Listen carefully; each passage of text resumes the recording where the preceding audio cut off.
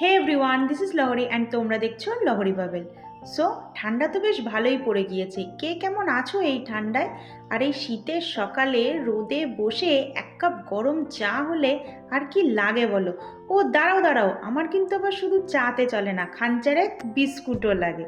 আর এই যে দেখো আমার শ্রীমান পুত্র সকাল সকাল ব্রেকফাস্ট কমপ্লিট করে এখন চলছে খেলা বেলুন নিয়ে। দেখো দেখো দেখো, পাটা উঁচু করে কীরকম ভাবে বাক্সটা নিল।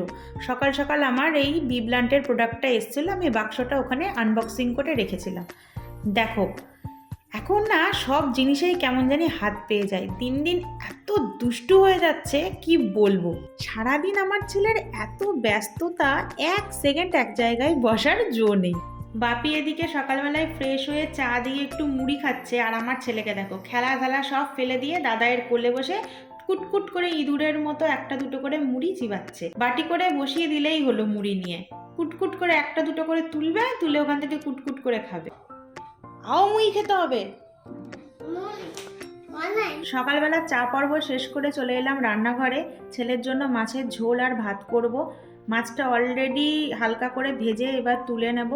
আর এই শীতকালে না ভ্যারাইটিস ভেজিটেবলস পাওয়া যায়। আমি না ছেলেকে অনেক রকমের ভেজিটেবলস দিই, দেখতেই পাচ্ছ কতটা কালারফুল লাগছে। আর ভেজিটেবলস খাওয়াও খুবই উপকার বাচ্চাদের জন্য। জানো তো কিছুদিন আগে অবধিও ইভান মিক্সিতে পেস্ট করা খাবারই খেত, বাট 1.5 বছর বয়স হচ্ছে ওর, এখনও কমপ্লিট হয়নি, হতে চলেছে।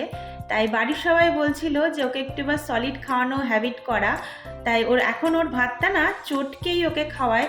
কদিন ধরে প্রথম অসুবিধা করছিল, বাট এখন না ওর হ্যাবিট হয়ে গেছে।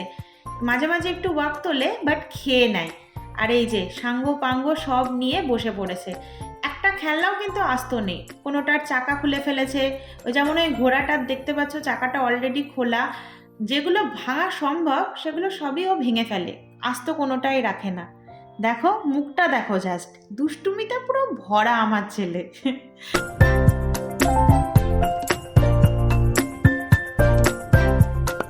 ইভানকে খাইয়ে দাইয়ে ঘুম পাড়িয়ে আমি আর একটুও সময় নষ্ট না করে ঝটপট স্নান করে চলে গেছিলাম লাঞ্চ করতে। আর আজকে লাঞ্চে ছিল আলু বেগুন শিম দিয়ে মটর শাক, মৌরলা মাছের ঝাল আর আলু বেগুনের একটা তরকারি।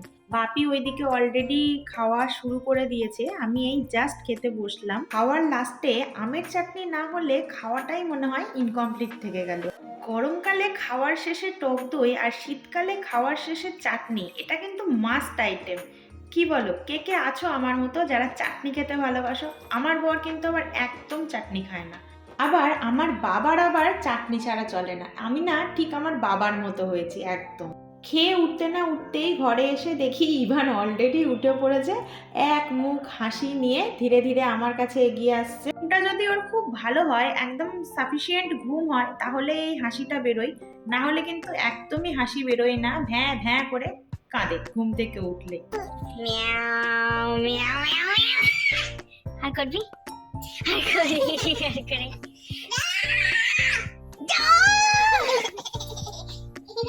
1 2 3।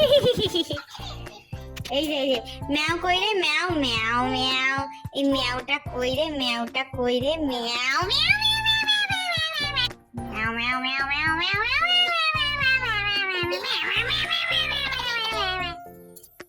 ছেলের সাথে একটু খেলাটালা করে ওকে খাইয়ে টাইয়ে রেডি করে দাদায়ের কাছে দিয়ে এখন চলে এলাম রান্নাঘরে রাতের খাবারটা করার জন্যে, মানে রাতের তরকারিটা করার জন্যে। মাসি অলরেডি রুটিটা করে নিয়েছে।